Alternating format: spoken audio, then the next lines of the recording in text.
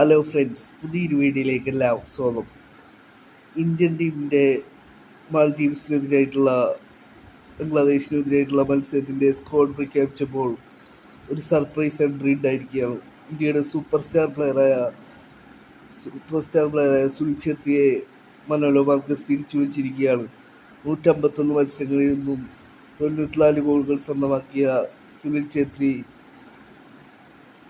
വിരമിക്കൽ പിൻവലിച്ചുകൊണ്ട് ടീമിലേക്ക് തിരിച്ചു വിളിച്ചിരിക്കുകയാണ് മനോലോ മാർക്കസ്.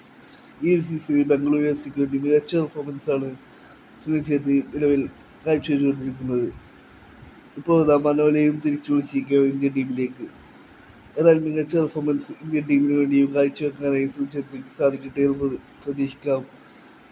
ഈ 2 മത്സരങ്ങളിൽ ഇന്ത്യക്ക് വിജയം സ്വന്തമാക്കാനായി സാധിക്കുമെന്ന് പ്രതീക്ഷിക്കാം. ഇന്ത്യയുടെ ലെജൻഡ് പ്ലെയറായ സുനിൽ ഛേത്രിയെ ഇപ്പോൾ തിരിച്ചു വിളിച്ചിരിക്കുകയാണ് മനോലോ മാർക്കസ്.